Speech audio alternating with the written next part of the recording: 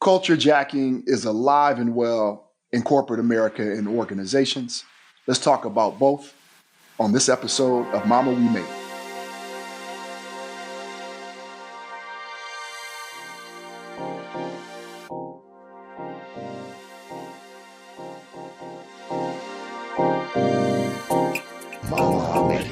So you've been to my crib before. We have two, there are two old trees in front of our house. One of them died, man. One of my trees died, if there's such a thing. Oh, wow. It got a weird bug, and so it had to get cut down.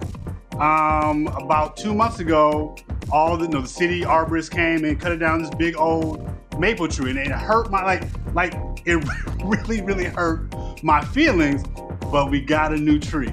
We got a small new tree. It's a Japanese katsura tree.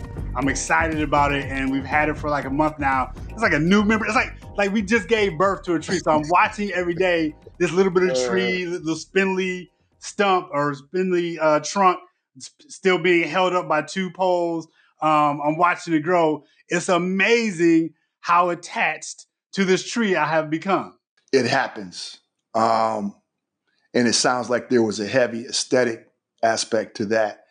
A similar story, we had a quote unquote monsoon here last year. And I had a tree in my condo that shaded, if I would sit outside, it provided shade. Well, the monsoon almost cut it in half. So they removed it all. So not only am I exposed to the public now in some regards, I don't have the shade, and I miss the aesthetic. So yeah, it does matter. You feel like you're losing a family member at times or whatever it might be, but it's gone now. They're not going to replace it. So at least yours will be replaced, which I think is great. But, man, you know the saying, right? What's the best time to plant a tree? Is that rhetorical? No, it's a question. Yesterday? I don't know. Effectively, the best time to plant a tree is 100 years ago. The second best time is right now. Yeah, okay. Well, I wish they would figure something out in my neighborhood, man, because it was, I'm a bit of a hermit at times, and I just feel exposed. So I've got my own plants, et cetera, but it's not the same effect, man. So I can relate, oddly enough. Yeah, it's weird. It's weird. Welcome to Mama We Made It with DJ and Reg. That's DJ. I'm Reg. We're excited to continue to build the conversation that we've been talking about. Purse, talk to me about your day. What's going on with you? What's on your mind? Yeah, so I continue to be entrenched in this journey of learning more about our existence in Black America. And again, we're not a monolith. And we know we have an affinity for statistics. And I'm continuing to learn more about our subsets, the challenges, the headwinds, but also the opportunities for us to prevail and flourish. And I'm still fascinated, man, by this whole thing around, as I watch the economic headwinds and I watch the headwinds in education around our existence. Less and less do I feel as if we control not only our existence at times in critical areas, but the narratives around our existence, which inform how we live on a daily basis. So for example, some of the data you sent talk to how we consume data as Black Americans. Again, we're not a monolith, but numbers matter. 76% of us as Black Americans say we get our news from television. Out indexes any other racial subset. The next closest is Hispanic and white, which is 62. Asians around half. We know at times that comes with that, Reg, is a reduction in critical thinking, a need to be entertained at times while we consume information. Those things are a bit alarming to me. So I'm fascinated with that. I'm fascinated that 41% of our consumption is YouTube. We're not controlling necessarily the advertisers, et cetera, what comes between. And then that 63% of us believe that news about Black people is more negative than that of other racial groups. So I'm deep in that right now.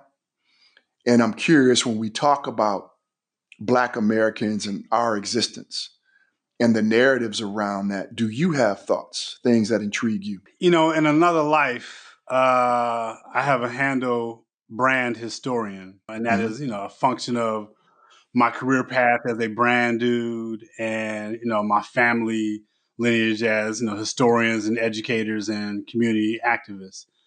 And I have long felt that you can learn a lot about brands and America and look at the intersection of race, culture, and marketing and learn a lot about, you know, ourselves and our country. And I do think that the imagery that we consume through a brand's lens, through a commercial lens, both images of ourselves and images that, you know, are not, that exclude us, are fascinating because I recognize how that process works. And when you think about the people in the room who write a creative brief, who identify a target audience, you and I both, you know, having worked together in a particular Mhm. corporation, are very aware that the brand manager, if you will, the people targeting Black folks with a lot of different messages, oftentimes aren't Black. And their assumptions based on the market research data, their insights, their gut feel, their lived experience, oftentimes misses the mark. And you can see it when you look at a commercial. You know, the other day I was looking at a commercial and I shared it with you. You know, remember the rapper Kaya, right? My neck, my back. And she's got this commercial where it's a full body spray, which I don't even know why, for example, full body sprays have become a thing. I don't know what's happening, you know, our chemistry that has us funky from head to toe these days. That's a whole different conversation. But that Kaya commercial really, really bothered me, man, because she comes on, the beat of that song comes on, and then you got a whole room, a whole cast of women dancing behind her as she's changed the lyrics from "My Neck, My Back" to, you know, using this all body spray. And most of the women are not Black. You know, they're white, they're Asian. No, they are, you know, various hues, but they're not Black like she's Black. And it's just an odd visage for me. It doesn't work for me and it annoys me, particularly because I remember where we were when we first heard that song on a trip to South Beach many, many moons ago, and how crazy it was to hear, you know, teenage girls talking about that's my anthem as they play the unedited version on the radio, but I digress. And so I am intrigued by who targets us, the messages that they intend for us to receive, and whether or not our sense of discernment is strong enough to see through, you know, what's coming at us, because we're being bombarded with messages in all these forms. You don't always have the time to stop and parse what's going on, but it's a lot of intentionality that is harmful and destructive. And so I agree with you that the people that are the authors and the narrators of the story of Black folks in America oftentimes aren't Black folk, and their sense of who we are rarely lands with a sense of, you know, authenticity and sincerity. Extremely well said. And I want to get to that narrative too. But can you give me what is the second? I'm not familiar with that song. What is the second verse Stop it. of that Stop, song? stop. Don't do that. Don't do that. Oh, Don't do that. oh, Don't do that. okay, Don't do okay. that. I think I know what Yeah, song you're yeah, trying yeah, to yeah. say. Okay, Don't do that. Don't do that. Google it if you okay. don't know. Stop playing. Stop. I have to You Google that remember, we real had quick. rented a car. We flew I into remember. Miami Airport. It's me, you, and two other brothers going to have a good Yeah. time in Miami. And it's on the radio. It's like 3:50 in the afternoon. And it was like a call-in show for primarily high school students. And young sister after young sister called in and said, "That's my jam. Play that again and again." And they played it for an hour, back to back to back, nonstop, unedited. And I was like, yo, we are all caught up in the Matrix. I guess before the Matrix We came out, but are. it was a crazy vibe. It was a crazy, crazy vibe. And I'm not saying that that is an example of narrative control. Like, I rock with Kaya. The song is catchy as hell. The beat is catchy as hell. But it's the repurposing. And if I broaden the lens on that, it is every commercial I see now, certainly every other commercial I see now, is soundtracked by a black song that I love, whether it's 70s R&B, whether it's 90s and 2000 hip hop. And so whether that is these financial companies that have bought a lot of those catalogs and the artists got paid, and God bless them if they did, but the soundtrack of my lived experience is now behind, Home Goods and Home Depot and Lowe's and all these random categories of product devoid of the funk and the rhythm of what Patrice Rushen meant to me way back in the day. So it's a really weird thing to watch all this black popular music become commercialized in ways that are in environments that really, in my mind, didn't birth the culture or the content. It's very, very intriguing. And I think to lay on that, not only is it an aspect of black culture, it is an aspect of black culture, especially in this Kaya example, that the masses are convinced to despise, yet you will repurpose it for your own means. That is really intriguing to me. And it's oftentimes the introduction to new communities, to that rhythm, that music, etc. So you've repurposed it now in a way that not only is it not to be despised anymore, we have discernment, we can check through that. I want to go back to that conversation you were talking about, corporate America. I think, one of the things that we used to talk about is the hijacking at times of culture. And when we were in those rooms, I recall being in the room when I was with the Jordan brand, and our designers, footwear, at least footwear, some apparel, were black. And it mattered. It didn't mean you couldn't be a great designer and be white. It didn't mean that.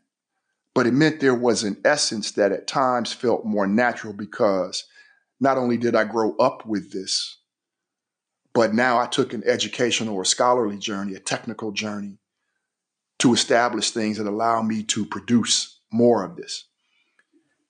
That void in culture is oftentimes a deliberate journey for those that are not black in corporate America to become as close to that as they can, and as confident around their ability to produce it as they can, and then we don't need you anymore. What is not talked about today when we look at brands like, we used to work for, what role has that phenomenon played in the lack of success? Hey, we got tariffs, etc. But prior to the tariffs, we were having some issues. Brand innovation, etc. Right? Rising competition. So this hijacking of culture, we've seen it in music. We've seen it in inventions. We've seen it in education. We saw it in corporate America in a way that with a brand like we used to work with resonates, because you had a lot of black folks in that director, senior director role, just short of what we would call an executive level role. But we saw, I'm going to get as confident as I can, even though I don't look like you, prior to a board meeting, whatever it might be.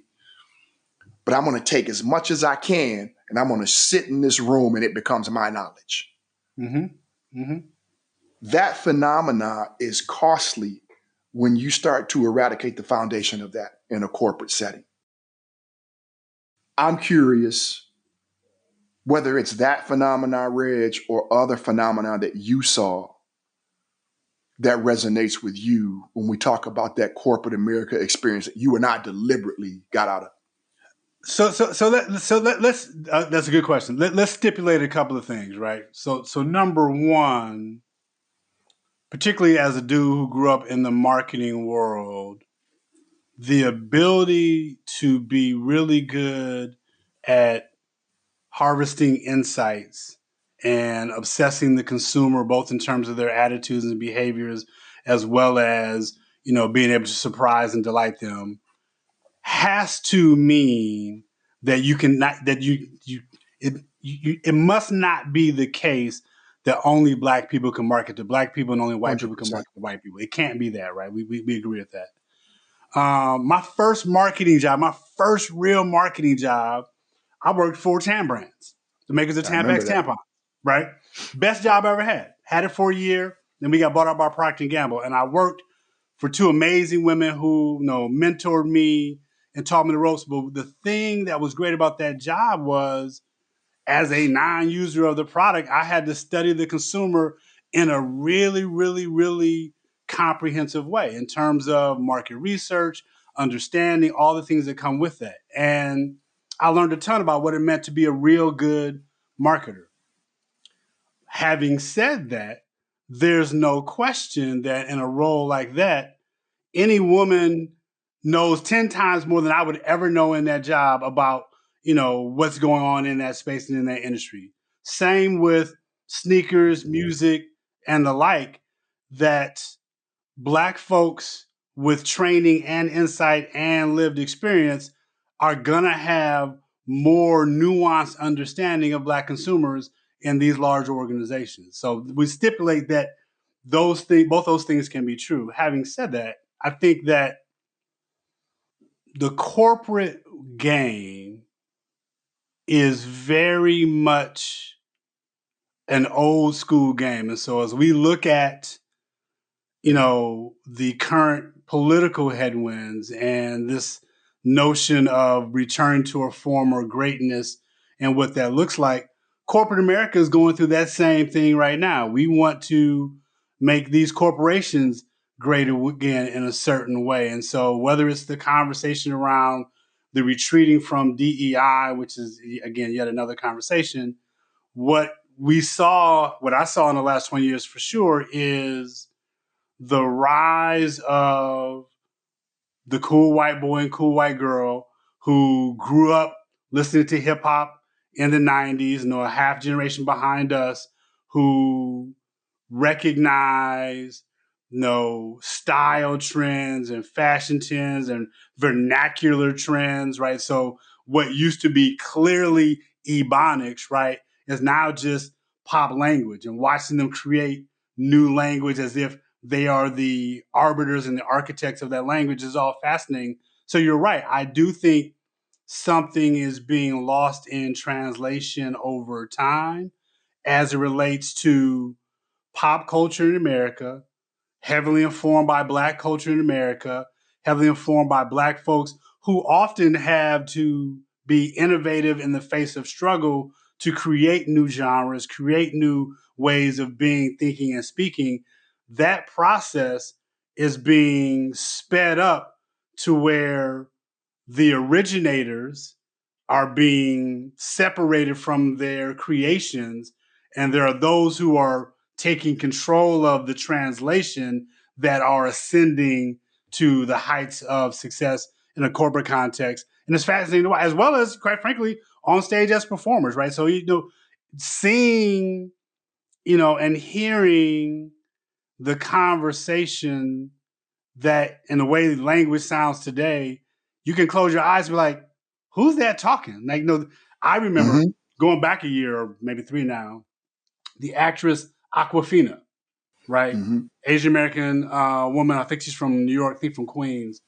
And when they did Crazy Rich Asians, her accent was a black accent. And she got pushback from that. And she was, you know, defensive, rightly so, because she's like, no, that's just how I talk. Except for when you see her on Nora from Queens and all these other roles, that's not how she talks. And so I do think that there is a weird cultural exchange that has happened, often facilitated by hip hop, quite frankly, that needs to be unpacked. So true. And,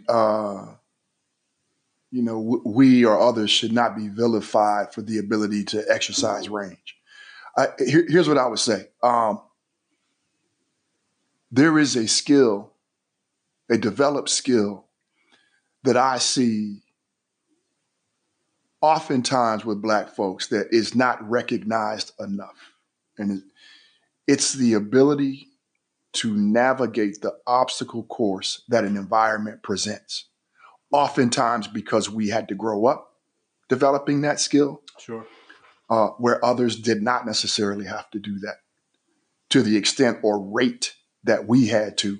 5 different states before 5th grade. I've oftentimes been the only Black kid in class, but then I've also been one of all Black folks except one.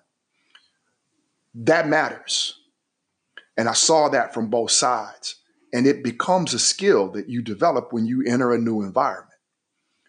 That cannot be ignored in the corporate setting, and the ability to do that seemingly effortlessly matters. When you lay the importance of culture in an environment like we experienced back at the swoosh, that also matters. It doesn't mean that other folks can't develop skills and be great marketers. We know they can. But there is something around navigating those environmental obstacle courses, going back to habitus, being confident, developing a confidence in your habitus and your ability to do that.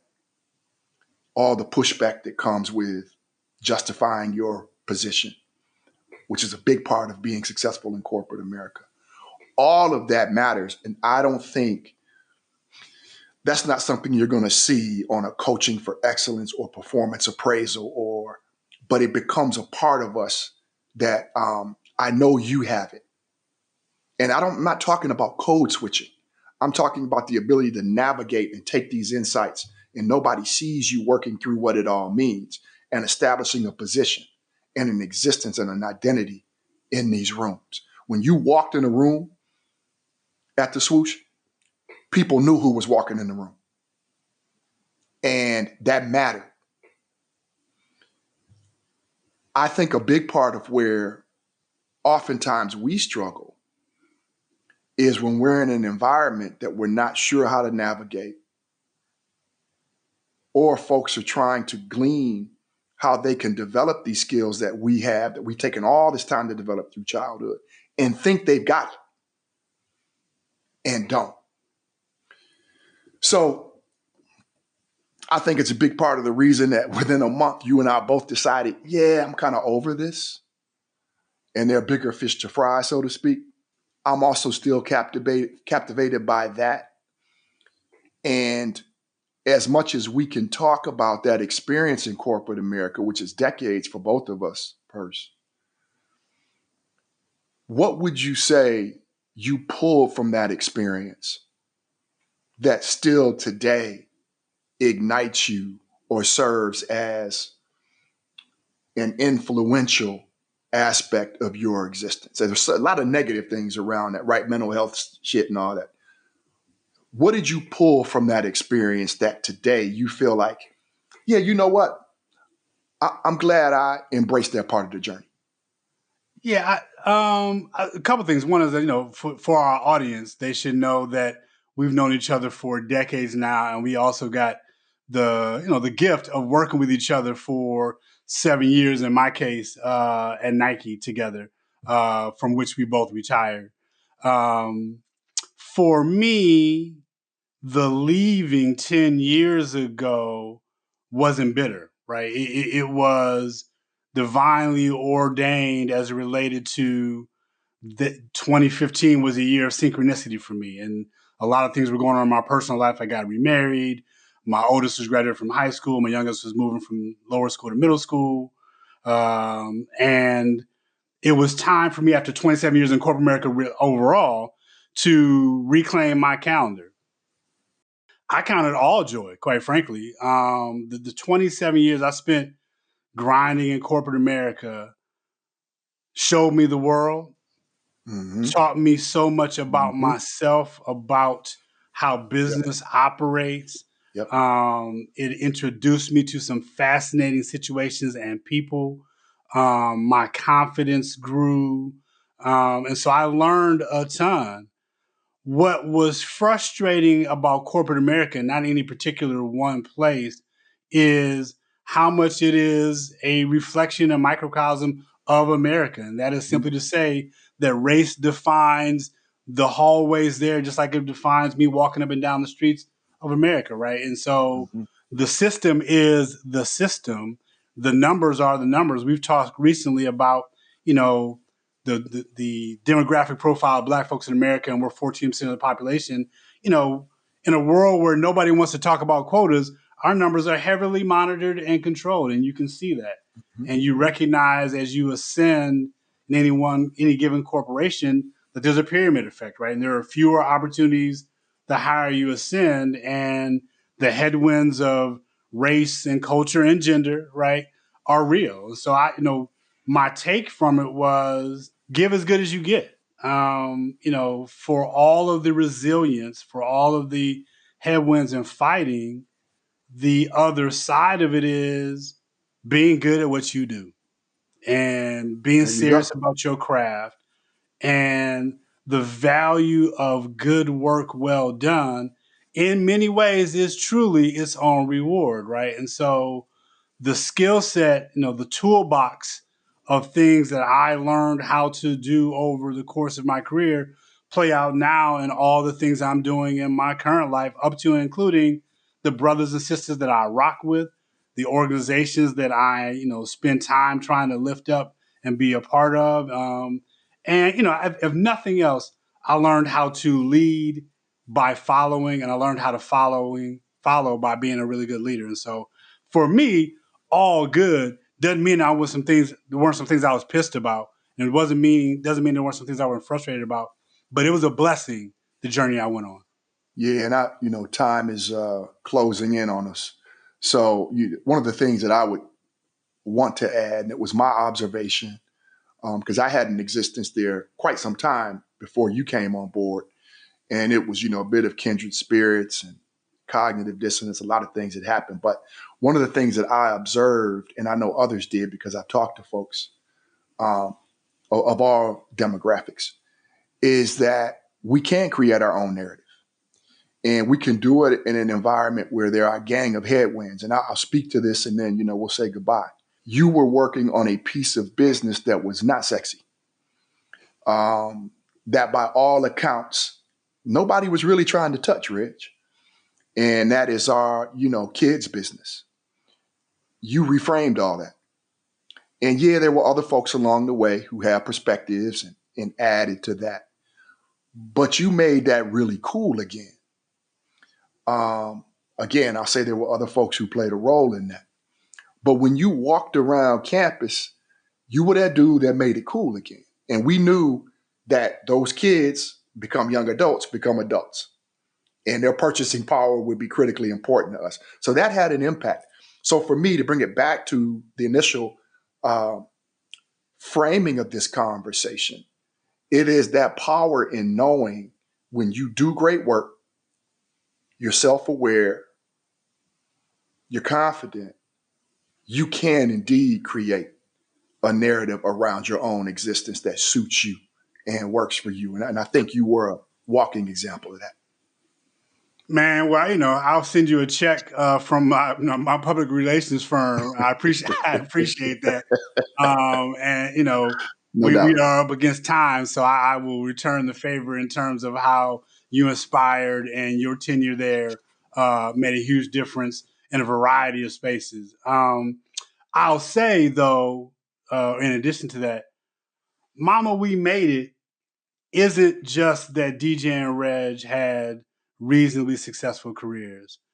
It's that our people knew and know that we rock with them, that we are invested in bringing everybody with us, and that success is absolutely a function of your attitude and your perseverance and your willingness to not let anybody steal your joy.